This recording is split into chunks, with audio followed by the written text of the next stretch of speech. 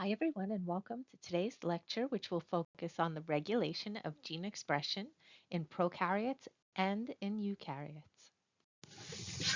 So now with these genetic processes, when you think about the processes occurring, there has to be some sort of regulation for them, keep them in check, right? So prokaryotic gene regulation is very important to the cells. Basically, what do they need at that moment? Do they need the products or do they not need them? And now with gene regulation, it can either be positive or negative.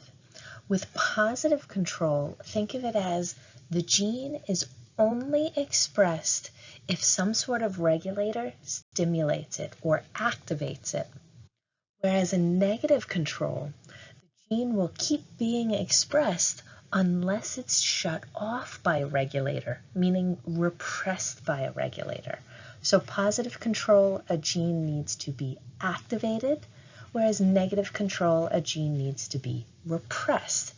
Now, in this process, keep in mind that prokaryotic genes tend to be organized in operons. And down here, we have a picture of an operon. It basically means multiple genes together under the control of one regulatory region. Now, with any of this kind of regulation, there are two terms you have to be able to distinguish.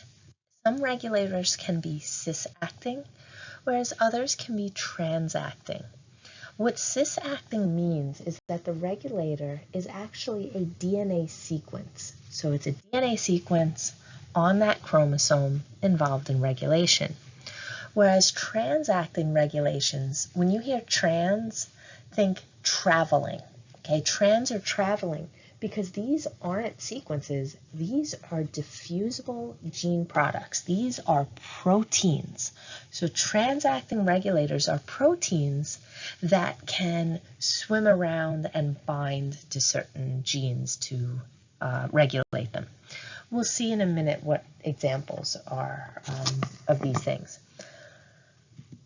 Now, like I mentioned a minute ago, when it comes to regulation, you could have things activated or repressed. And so the terms you tend to see is that a regulation pathway can either be inducible or repressible. A lot of times it's the end products that will determine what happens, but it varies pathway to pathway. But anyway, what's important here is to know that gene regulation can be positive or negative, so activating or repressing. That in bacteria, this gene regulation involves what's called operons, so a chain of genes. That the regulators can be cis or trans-acting, cis being DNA, trans being protein. And that it can be inducible or repressible, which you'll see in a minute. Basically, the expression can be activated or repressed. Now, to better understand this, we're going to go through the Lac operon, and the Lac operon that you see here, it codes for these genes here. You don't have to know the details about these particular genes, just know that all three are involved in breaking down and using lactose. That'll be important to help you figure out what's going on.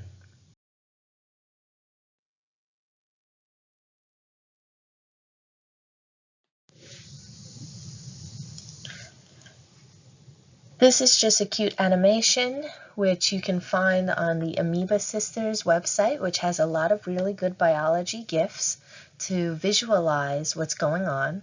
And so this will help you visualize the Lac operon and all of the key players.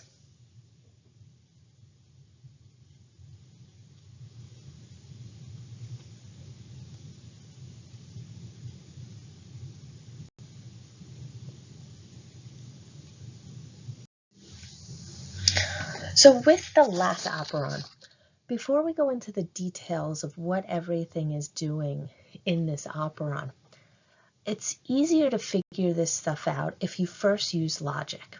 So here you have an operon that makes enzymes to break down lactose. So think about it. If there's no lactose present at that moment, why would you want to waste resources making enzymes to break down lactose when lactose isn't present to be broken down.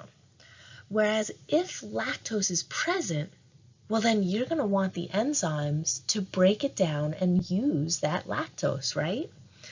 So that tells you that lactose is an inducer for this operon, okay? So we're going to go through the key players involved. When you look at this operon, you see a few different titles and names here. The first one is the repressor gene. So whenever you see the letter I in the Lac operon, think of inhibitor. The I gene makes the repressor of this operon, of this whole regulation process. P gene stands for promoter, and you already know that a promoter is where RNA polymerase binds to express a gene. You then have the operator, so the O gene stands for the binding site where the repressor will bind, the repressor that was made by the I gene. Okay? You don't have to worry about L. We won't be going into that details at the moment. Okay? So focus on I, P, and O. So when you think of this Lac operon, if there is no lactose present, which we see in this figure here, this shows no lactose present. As we said, if there's no lactose present, then you don't need these enzymes. It would be a waste to make enzymes that break down and use the lactose when there's no lactose there. So what happens in this process when no lactose is present, you'll notice that the repressor is bound to the operator. And when you have this big bulky protein bound over here, the RNA polymerase that binds at the promoter, it can't make it through this area to get to the genes to express them. So this operon now is repressed. There's no gene expression. Transcription cannot occur because a repressor molecule is currently blocking the RNA polymerase from making it to the genes. In this final picture here, which you notice now, instead lactose is present.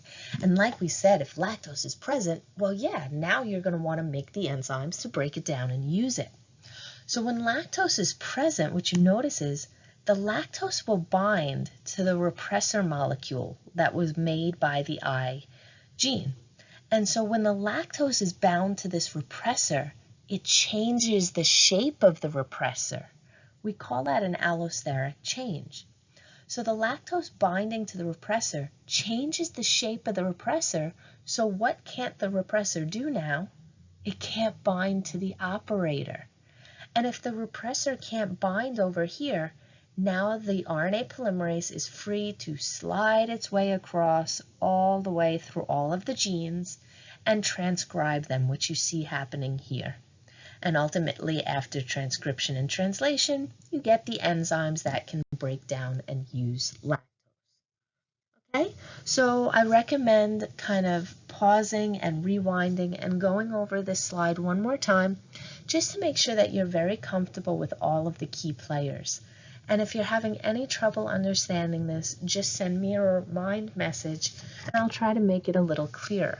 To also help, I made an additional slide, which you'll find on the next slide, that kind of recaps what I just said, some of the key points. So as you can see here, I wrote down some of the key points, so you can pause the video and make sure you write down these notes on your slides. Okay, so once again, using logic first will kind of help you figure out or understand what's going on when we look at the next scenarios. So this slide says the inducibility of the operon can be eliminated with constitutive mutations. Now, if you remember, constitutive, such as constitutive genes, those are housekeeping genes. They're always on. So if you have a constitutive mutation, that means in either of these scenarios, the Lac operon will always be on. You will not be able to turn it off. The first example of that is if you have I minus over here. So that tells you you have a mutant repressor gene, meaning that the I gene will not be able to make a proper repressor. if you do not have a proper repressor, you can't repress the Lac operon. You can't turn it off, so it's going to stay on. The other example is the OC, okay, OC, mutant operator example. So in this case, now it's the operator, which is a gene, that's mutated and it cannot properly bind the repressor. So you could have the proper repressor, but that repressor will not be able to bind to the operator, okay? And if the repressor is floating around but can't bind, then you do not have any repression, okay? So that means the Lac operon will again stay on. You can't repress it. Now, with bacteria, we know that you can add plasmids, right? Now, if you add a plasmid with an I plus gene, okay, so you give the plasmid the proper repressor gene, since the I gene is going to produce a transient or a diffusible, movable protein product, having a plasmid with the I plus gene, that will correct the constitutive mutation because the plasmid will be able to produce a proper repressor, which can then bind to the operator, and you can repress or turn off the Lac operon. Now, if you put a plasmid with the proper operator gene, an O plus plasmid, that's not going to do anything, okay? Circle star highlighted that in your notes. That you can fix the mutant repressor, the I mutation with a plasmid, but you cannot fix the operator mutation with a plasmid because that's a gene. That's not a protein, a diffusible product. Okay, so if you put a plasmid that has a normal O plus gene, that's not going to make a difference because O plus is cis acting. It doesn't produce a protein. And so your operator will still be messed up for this Lac operon. And so it will end up being useless to fix that if you just have a plasmid with the proper operator. Okay, if the plasmid has everything, proper operator, proper promoter, it has, the whole set of genes, then you can have product, okay? But we're not going to worry about that right now. I want to focus on trans. I is a trans product. So you can fix that with an I plus plasmid. O, the operator gene, that is a cis product. That's cis. So you will not be able to fix that by just putting a plasmid with O plus. Okay? So make sure to circle, star, highlight in your notes these mutations, what they cause, and whether or not a plasmid with the proper gene of either I or O can fix them.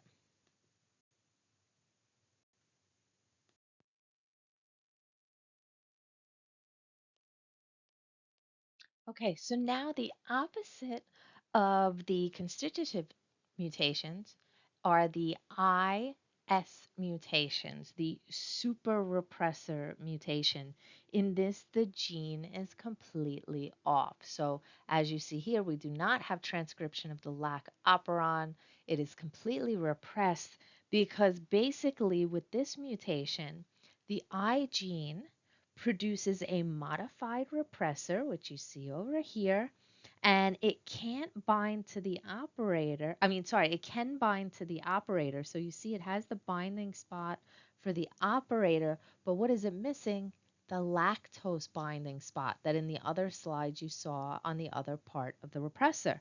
And if the repressor can't bind lactose, then it cannot be popped off of the operator because normally lactose is the inducer of this Lac operon. So normally you have lactose come along and it would bind over here and it would pop that repressor off. But there's no place for it to park itself, basically. So think of it as if there's no parking spot, you can't put your car there. So lactose can't bind. The repressor is stuck to the operator, to the Lac operon. So you have this Lac operon stay off. Now, unfortunately, we mentioned before the idea of adding plasmids. If you add a plasmid with the I plus, meaning the normal I gene, when you have this super repressor mutation, it is not going to matter. And a plasmid with I plus will not save you from the IS mutation. Okay, so it saved us in the previous slides in the constitutive, but now the super repressor mutation cannot be fixed with a plasmid because think about it. You add a plasmid with a proper repressor, but what do you notice? The bad repressor is still stuck to the operator. So you could add all the plasmid and all the good, proper repressor you want. It has nowhere to bind because the spot is already taken. Okay, so basically you cannot rescue this mutation with a plasmid. Okay, circle star highlight that please. And each of the ones that we talked about, make sure you know whether or not a plasmid will rescue that situation.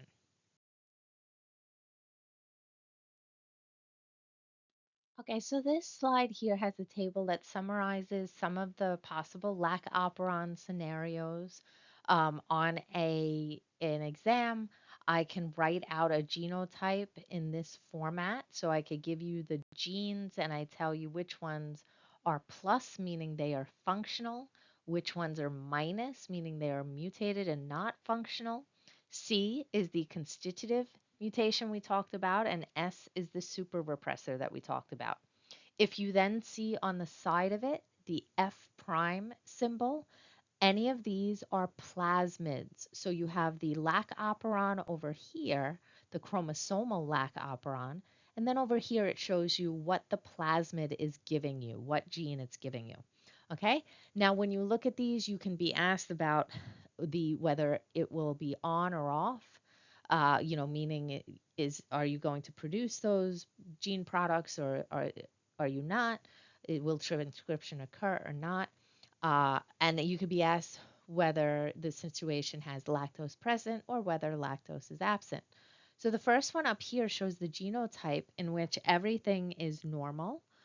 Z represents the structural genes. Again, I is the repressor gene, the gene that makes the repressor protein, and O is the operator, which is the gene where the repressor will bind. Okay, so when you see plus marks for all of these, that tells you all three are functional. This is a normal Lac operon. Normally, if lactose is present, you want the Lac operon on so that it could break it down. Lactose is absent, you want it off, okay? Then you go through these. If Z is minus, Z is mutated, that tells you that the structural genes of that Lac operon are mutated. They're not working, which means no matter what else you have there, if you don't have the structural genes, then you're not going to have any product. The transcription will be off. Okay, so notice both scenarios off here. Okay, then it goes through different scenarios. These two are the constitutive ones that we talked about, where you have the Lac operon on no matter what. Over here is now looking at those constitutive mutations, and it talks about adding the plasmid, which we already mentioned. We said that with the I plus plasmid, you can rescue the phenotype, so it's not going to stay on, whereas with the O mutation, the operator mutation, a plasmid will not rescue the constitutive mutation. You're stuck in the on position. Okay? Over here, what you notice is the Lac operon itself. So this one's a little trick. Even though it puts the bad mutations here on the plasmid, that doesn't matter. If the Lac operon itself over here, it's all plus marks. Everything's working just fine. So you don't even have to worry about the plasmid. Everything will be normal, okay? And normal is on with lactose present, off with lactose absent. Then the last two show you the super repressor ones that we talked about. Okay, and notice those are always off. Please do not try to just memorize this table because I'm going to be mean on an exam. I won't just have you write plus or minus. I will have you explain why you are writing plus or minus. So you have to be able to explain what that mutation is doing. Why can't the plasmid rescue it, okay? If you are unsure of any of these examples on this table, why is it a plus? Why is it a minus? Any questions, please take a picture of this slide and send me it in the Remind app and ask me your question. Make sure you're very comfortable with these because I always do ask questions on this on the exam. Okay, so here we have camp and cap regulation of the Lac operon. Okay, this is going a little bit further in detail beyond the regular idea of the Lac operon. This is basically to show you that even though a cell can use lactose and break it down and use it, cells actually prefer glucose, which makes sense because if you think about respiration, what do you always hear? You hear glucose. So if glucose is present, then a cell will prefer to use that and won't want to use lactose. And so what the figures here basically show you how what's called camp and cap, which is glucose dependent, can help regulate the Lac operon as well. And even though it's called a form of catabolic repression, you're going to see that it's actually an example of positive control because this is an activating or activator process. So like we said, glucose is preferred. And what was discovered is that polymerases don't actually bind efficiently to the Lac operon unless what's called CAP is also present. So CAP stands for catabolite activating protein.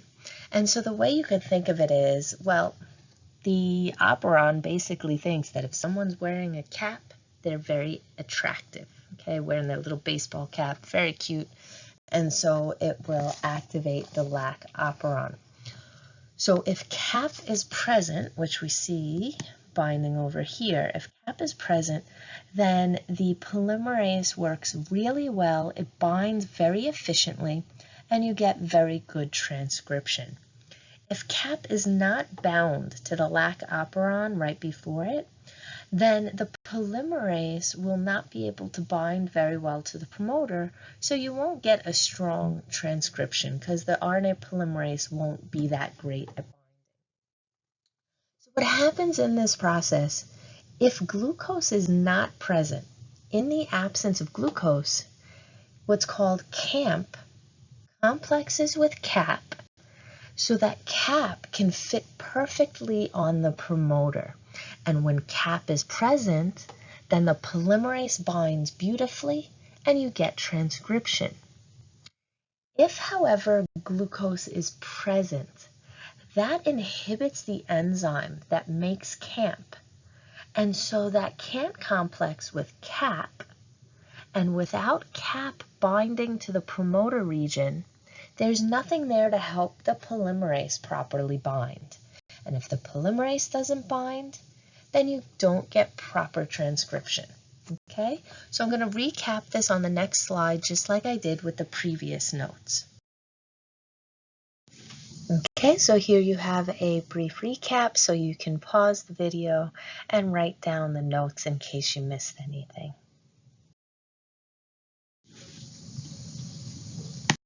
Okay, so here we have another example of operon control and gene regulation. Here we have the Trp Operon or the tryptophan operon. Now notice this says tryptophan synthesis. So these enzymes are for making tryptophan. So again, you can use logic and figure, okay, if tryptophan is absent, well then we want to make it, the cell would want to make it, so transcription is going to need to be active. Whereas if tryptophan is present, well then if you already have tryptophan, why would you want to make more? That would be wasteful of resources. So if tryptophan is present, then you're going to want this operon repressed. Okay, you don't want to waste resources making these genes or expressing these genes. Okay, so when you look at these processes, the option B here shows tryptophan absent. Like we said, if there's no tryptophan, the cell will need to make some. So you'll notice that the repressor is not the right shape in this scenario. It won't be able to bind to the operator, so the polymerase will get to bind to the promoter and express the genes. Whereas when tryptophan is present, what it does is it's a repressor. Okay, so the tryptophan will bind to the repressor. It will change its shape so that now it fits the operator.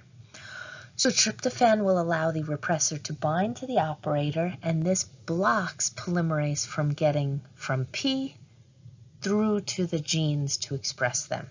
So transcription is blocked in this case. Okay, so I'm going to recap this in the next slide just to make sure that you have it in writing and that it's clear. Okay, so here you have the recap. Again, you can just pause the video and take down the notes just to make sure you didn't miss anything. Okay, enough about clusters of genes, the operons and prokaryotes. Let's move on to regulation in eukaryotes now. Keep in mind, eukaryotes are a little bit more complicated in their regulation because now you have to take into account the very complex DNA packaging of the eukaryotic structure. So again, like I just said a moment ago, when we now move on to eukaryotic regulation, you have to keep in mind DNA packaging, and eukaryotic genes are very difficult to access. Now, when you think about eukaryotes, please keep in mind that transcription factors are made in cytoplasm and then must be transported into the nucleus, okay? Because as you know, transcription factors, they are proteins, and proteins are made outside of the nucleus because that's where ribosomes are in eukaryotes. And then the transcription factors make their way into the nucleus. Another complication in eukaryotes is that the genes are obscured by nucleosome packaging. And so, again, a reminder, nucleosomes mean that in eukaryotes you have a bunch of these histone proteins, and then DNA is tightly wrapped around those to coil it up and keep it nice and condensed to fit into the nucleus. But the problem with that is when the DNA is condensed in those nucleosomes, the genes are not easily accessible to transcription factors and to being turned on.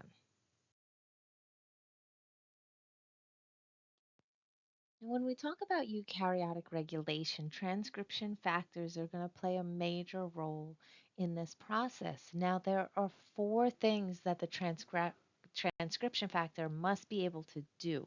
Now, think about it. The first thing is you want it to respond to a stimulus signal, because if you're thinking about gene regulation, you need some sort of stimulus to regulate, which genes should be turned on and exactly when they should be activated.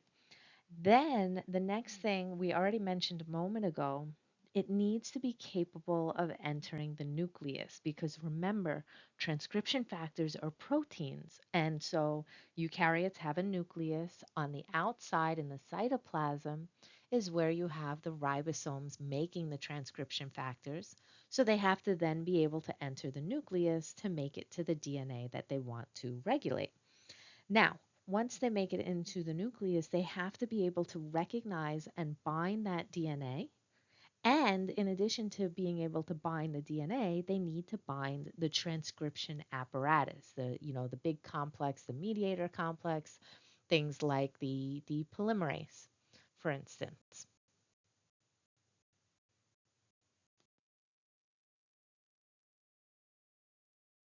Now, when we talk about transcription factors, such as the ones that you see over here, what's interesting is that they're made up of two independent modular domains, meaning the domains are independent of each other, okay? They don't need to match each other. You just need to make sure that you have one region that can bind that particular DNA, okay? So it's got to match that promoter. And on the other side, it needs to have a piece that can bind the transcriptional machinery. Okay, so it has to have an activator side, And what's interesting is as long as you have close proximity, you will be okay. Now, what you see in this example is both of the parts match each other. Okay, and so you have the DNA binding part binds to the promoter region, the regulatory region near the promoter. You have the transcription binding activator portion binds to the transcriptional machinery, and you get proper transcription. Okay, over here, you don't see any transcription occurring because the DNA binding spot does not match that particular gene. Okay, so the Gal4 DNA binding portion cannot bind to Lex A. Now, over here, you have a hybrid protein. So you notice that it's a mixture. One of the domains is Lex A, the other domain is Gal4. But as long as you have the Lex A DNA binding spot and the transcription binding area, you get transcription, okay? Even though the two domains are not directly matching each other, okay? Over here, you don't have transcription. Why is that? Because the DNA binding region is for Lex A. This is Gal4 DNA. They don't match. If it can't bind the DNA, it can't regulate transcription. If it can't bind the transcriptional machinery, it would not be able to regulate transcription. Okay, so that's why you see transcription here and here, because you're able to get binding to the DNA and binding to the transcriptional machinery.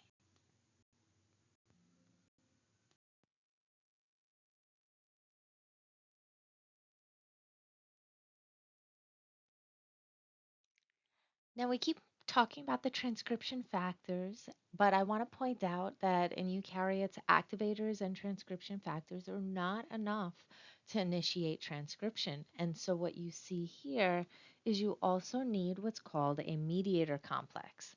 And the purpose of the mediator complex is that it recruits and stabilizes the polymerase, the pol 2 at the promoter, and it basically acts as a scaffolding to hold all of those transcription factors together.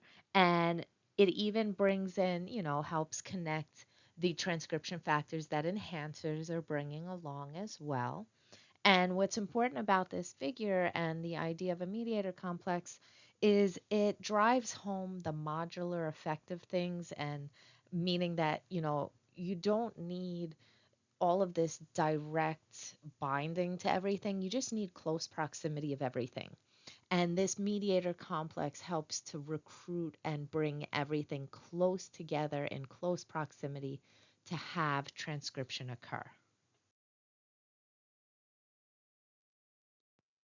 Now we get a little reminder of some of my favorite regulators, which I mentioned a moment ago and I've mentioned previously already. Those are enhancers, and I had you circle star highlight enhancers the first time that we came across them because I find them fascinating since they kind of go against what you expect with regulation. So all the other regulators that we talked about, you're very close to the promoter, to the gene itself.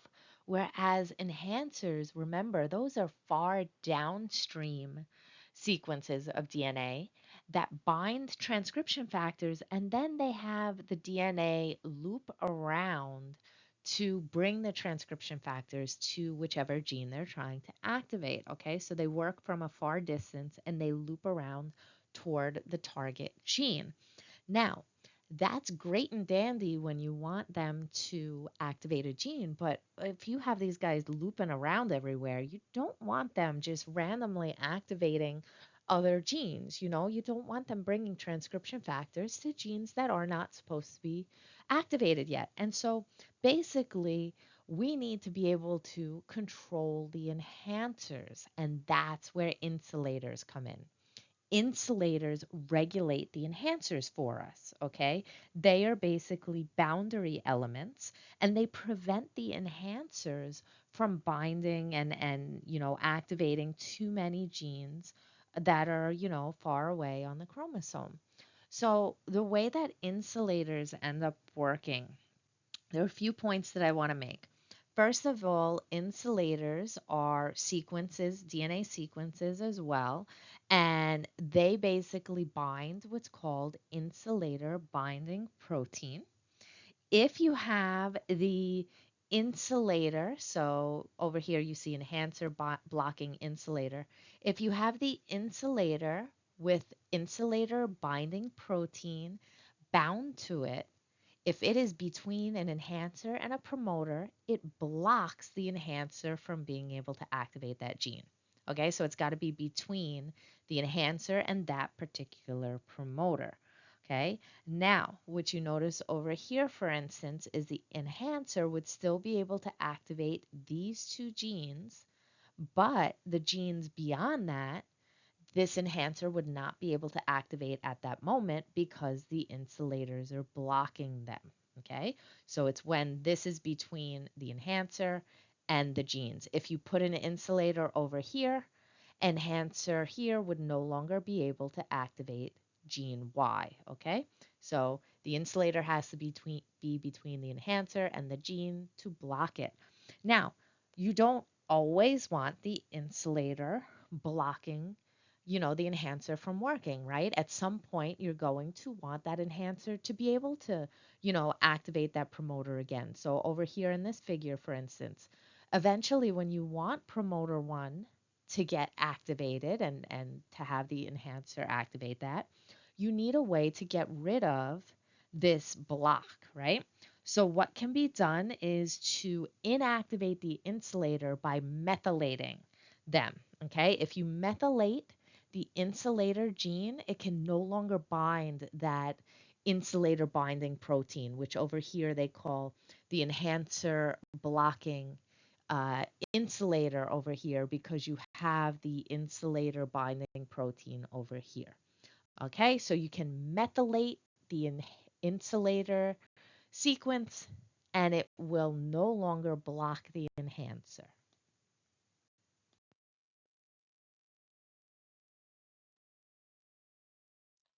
Now we keep focusing on activating the genes. I just want to point out that you have negative regulators. And so these can basically interfere with the activators and the transcription factors that we were just talking about. In some cases, they will physically block them. So as you can see here, the normal transcription factor for this area is CTF, but here you have a negative regulator, a CDP um, regulator, negative regulator, that will bind in that same spot, but it will not be able to activate transcription. So it is just there to physically block the actual transcription factor from making it there. Other negative regulators, what they can do is they can form a mixed dimer with the transcription factor halves, because remember, we mentioned that transcription factors are made up of multiple domains and that they're modular, so you can swap them around. And so negative regulators can take advantage of that. This negative regulator does not have a DNA binding domain. And so when it forms a mixed or heterodimer with the proper transcription factor, that transcription factor no longer works because you need the full DNA binding domain for that complex.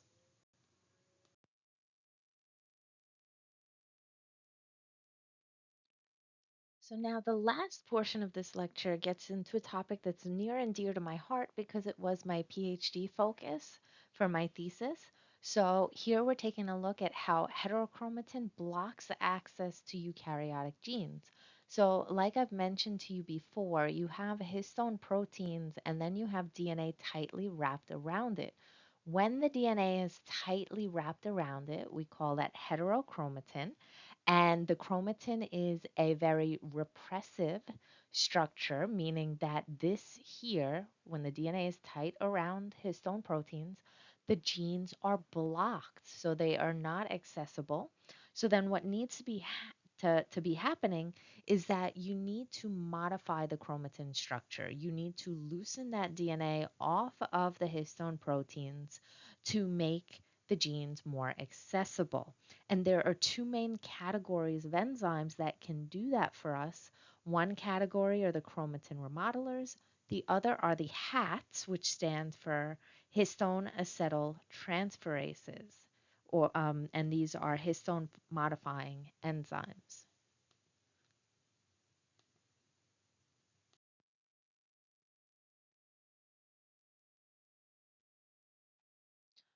So now we're going to mention a little bit more detail of how these proteins are basically, or enzymes are helping in terms of activating or repressing the genes. So the first one here we have HATs for histone acetyltransferases. What they are going to do is when you have histones and DNA tightly interacting, so this is repressive, the part of why they are so tightly interacting is DNA is heavily negatively charged, and the histone proteins, they have tails that are rich in lysine residues with positive charges. So you have the positive tightly interacting with the negative DNA. So here what happens is histone acetyltransferases will put an acetyl group on that specific lysine residue and it neutralizes that positive charge. So now the DNA is not going to be as tightly attracted or tightly interacting with those histones. It'll loosen off and the DNA becomes more accessible. You can activate it more. Now, this acetyl group basically also serves as a recognition site. So it will help to recruit other regulatory proteins like the chromatin remodelers, which will then further modify the structure and loosen the DNA and make it more accessible.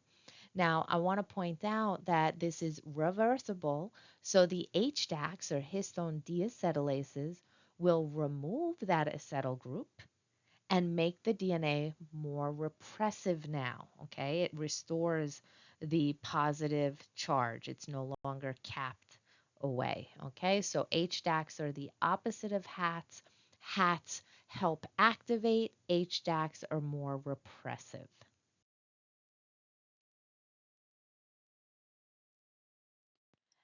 The other main complex that will help to basically manipulate chromatin structure is the chromatin remodeler. And you'll go into the details more of the different mechanisms of this. And if you take the advanced genetics courses and advanced molecular courses, but basically to introduce you to the idea, what this one is doing, first of all, a lot of chromatin remodelers, they have a domain that will recognize the acetylated residues.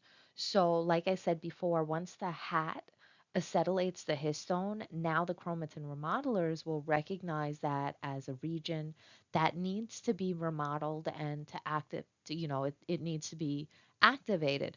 And so these guys, they use ATP hydrolysis to physically disrupt the nucleosomes, meaning they use brute force to pull that DNA off of the histones. And they could either do it by sliding and looping. Okay, so basically they're just sliding. The green is the gene that you want to be activated, and currently it's blocked. So the chromatin remodeler can basically pull it, slide it until it's now in the accessible region. Chromatin remodelers can help with ejection, so completely removing a nucleosome. So now you have the gene nice and active, or it can be involved in repositioning or restructuring. So it can kind of adjust the space between two nucleosomes. So now the gene is accessible, or swap out some histones for histones that basically promote accessibility. Okay, so we've mentioned a lot of different key players during this lecture, so I just want to kind of organize it to give you the big picture of what's going on. And we'll look at the general steps of activation with the different key players that we've mentioned so far. So first up, we have transcription factor will bind to the DNA. The histone acetyltransferase will then bind to the transcription factor. And the purpose of the histone acetyltransferase is to acetylate the histone tails in vicinity, meaning it will put that acetyl cap over the positive charge of the lysine, neutralizing so you don't have a positive negative attraction. and this will loosen the histone DNA association. It will also recruit chromatin remodelers because that acetyl group on the histone tail is a recruitment signal for the chromatin remodelers, and they will physically disrupt the chromatin and rearrange the nucleosome. When that happens, now you could have more transcription factors bind because the DNA is accessible. Once you have that, the RNA polymerase can bind to the DNA, and that big scaffolding mediator complex can now put together a positive signal, and you end up having the initiation of transcription. The last thing that I want to mention is the histone code and basically different histone modifications that can occur. And what's interesting about these is each of them, when you hear the term, you don't necessarily consider it either an activator or a repressor. For a lot of these, certain modifications under certain residues will activate, and on other residues will repress. So the first one we've already mentioned, acetylation, that generally promotes activation. And then the opposite, deacetylation, will repress. Methylation can either activate or repress depending on what residue it happens on. And, we usually associate methylation with gene silencing or with silencing something the way, for instance, methylating the insulator gene silences it. And then, like I said a moment ago, though, if, for instance, methylation is on certain residues, it can activate other residues, it may repress. The same idea happens with phosphorylation and ubiquitination. They can activate or repress depending on what residue you have them on. There are some other rare modifications like ribosylation, sumoylation, biotinylation. You'll see them written out on the recap, chalkboard slide in a moment. But basically, I just wanted you to know that they exist, but we're not going to go into the details in this particular lecture.